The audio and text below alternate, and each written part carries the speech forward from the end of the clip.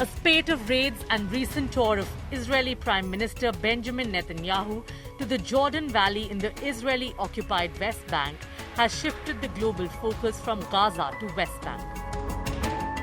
As chorus grows to end the war in Gaza and demand to find a peaceful solution for Palestinians reverberates on the World Forum, the recent killing of a 26-year-old Turkish-American activist, allegedly by the Israeli troops in the West Bank, has drawn criticism from its ally, the United States.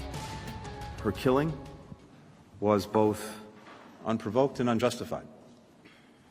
No one should be shot and killed for attending a protest. No one should have to put their life at risk just for freely expressing their views.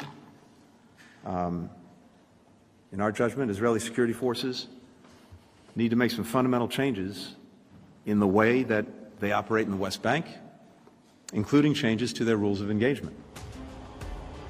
Israeli soldiers have been conducting several operations in the northern West Bank for the past several weeks, raiding Tubas, Jenin and Tulkar.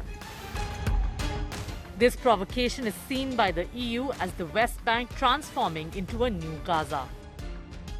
Where radical members of the Israeli government, Netanyahu's government, try to make it impossible to create a future Palestinian state. A new front is being opened with a clear objective to turn the West Bank into a new Gaza. In the West Bank, deadly and destructive operations, some at a scale not witnessed in the last 2 decades, are worsening calamitous situation there, already aggravated by serious settler violence. Though the Israeli soldiers withdrew from Gaza in 2005, they have their presence in the West Bank. The reason, they say, is to protect roughly 500,000 Israelis living in settlements considered illegal by most of the world.